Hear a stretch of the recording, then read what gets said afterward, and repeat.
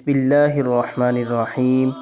السلام علیکم ورحمۃ اللہ وبرکاتہ۔ معزز سامعین، بیعت عقبہ کے بعد جب انصار مدینہ واپس پلٹے تو اسلام ان میں ظاہر ہو چکا تھا۔ اب بھی انصار میں ایسے لوگ تھے جو شرک پر قائم تھے۔ ان میں ایک عمر بن جموح بھی تھے۔ ان کے بیٹے معاذ بیعت عقبہ میں آ کر نبی کریم صلی اللہ علیہ وسلم کی بیعت کر چکے تھے۔ عمر بن جموح بنو سلمہ کے سردار اور ان کے اشراف میں سے تھے۔ انہوں نے اپنے گھر میں ایک لکڑی کا بت بنایا ہوا تھا جس کا نام مناع تھا۔ عرب کے لوگ اس طرح کرتے کہ اپنے گھروں میں بت رکھتے اور ان کی خدمت کرتے اور ان کی پوجا کرتے تھے۔ معزز سامعین، جب بنو اسلم کے دو نوجوان معاذ بن جبل اور معاذ بن عمر بن جموح مسلمان ہو کر بیعت عقبہ میں شامل ہوئے تو یہ عمر بن جموح کے بت کو رات کے وقت اٹھا کر بنو سلمہ کے اس کنویں میں پھینک دیتے جس میں گندگی ہوتی تھی۔ اگلے دن عمر بن جموح نے جب یہ دیکھا تو کہنے لگے، ہائے افسوس، یہ رات کے وقت ہمارے الہ کے ساتھ ایسا کس نے کیا؟ انہوں نے وہ بت اٹھایا، اسے دھویا اور خوشبو لگا کر پھر اس کی جگہ رکھ دیا۔ اگلے دن پھر انہوں نے اسی طرح کیا تو پھر انہوں نے اسے اٹھا کر صاف کر کے اس کی جگہ رکھ دیا، اور تیسری رات ایک تلوار بت کے گلے میں لٹکا دی اور کہنے لگے، مجھے نہیں معلوم کہ یہ تیرے ساتھ اس طرح کون کرتا ہے، تجھ میں اگر کوئی خیر ہو تو اس تلوار سے اپنا بچاؤ کر لینا۔ جب عمر بن جموح سو گئے تو انہوں نے پھر اسی طرح کیا اور تلوار اس کے گلے سے اتار لی اور ایک مرے ہوئے کتے کو اس کے ساتھ باندھ کر گندگی کے کنویں میں پھینک دیا۔ جب عمر بن جموح صبح اٹھے اور بت کو اپنی جگہ نہ پایا تو اس کو تلاش کرنے لگے، دیکھا کنویں میں گندگی کے اندر پڑا ہوا ہے اور ایک ساتھ ایک کتا بندھا ہوا ہے۔ اس کی قوم میں سے جو مسلمان ہو چکے تھے انہوں نے سمجھایا تو یہ اسلام لائے اور بڑے اعلیٰ مسلمان بنے۔ سیدنا عمر بن جموح لنگڑے تھے اور آپ کے 4 بیٹے تھے جو رسول اللہ صلی اللہ علیہ وسلم کے ساتھ غزوات میں شریک ہوتے تھے۔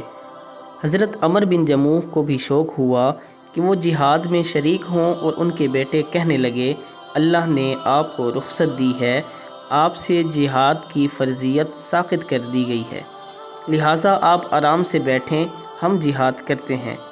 حضرت عمر بن جموح نبی کریم صلی اللہ علیہ وسلم کے پاس آئے اور فرمانے لگے، یا رسول اللہ، میرے بیٹے مجھے آپ کے ساتھ جہاد میں جانے سے منع کرتے ہیں اور میں امید کرتا ہوں اللہ مجھے شہادت دے اور میں یوں ہی لنگڑاتا ہوا جنت میں داخل ہو جاؤں۔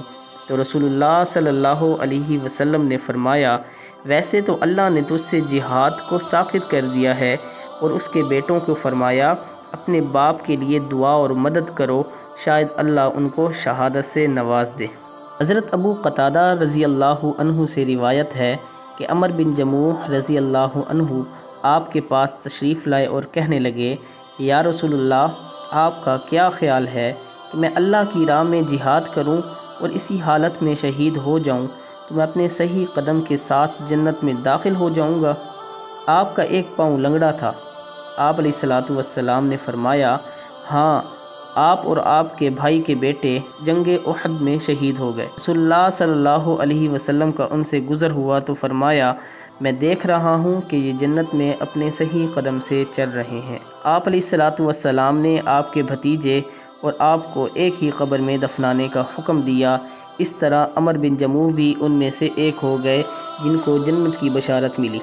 معزز سامعین، یہ تھے عمر بن جموح رضی اللہ عنہ جو میدان جہاد میں ایک مثال اور نمونہ تھے، کہ جن کے لنگڑے پن نے بھی ان کو جہاد سے نہ روکا بلکہ جنت اور کامیابی کے لیے جہاد پر جانے کے لیے اصرار کرتے رہے تاکہ اللہ کی راہ میں شہید ہو جائیں، تکلیف پہنچے اور اللہ اور اس کے رسول کی مدد کرتے رہیں۔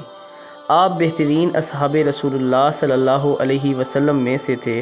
آپ ہی کے بارے میں یہ فرمایا گیا تھا، اصحابی کالنجوم بأیہم اقتدیتم اہتدیتم، کہ میرے صحابہ ستاروں کی مانند ہیں، جس کی اقتداء کرو گے ہدایت پاؤ گے۔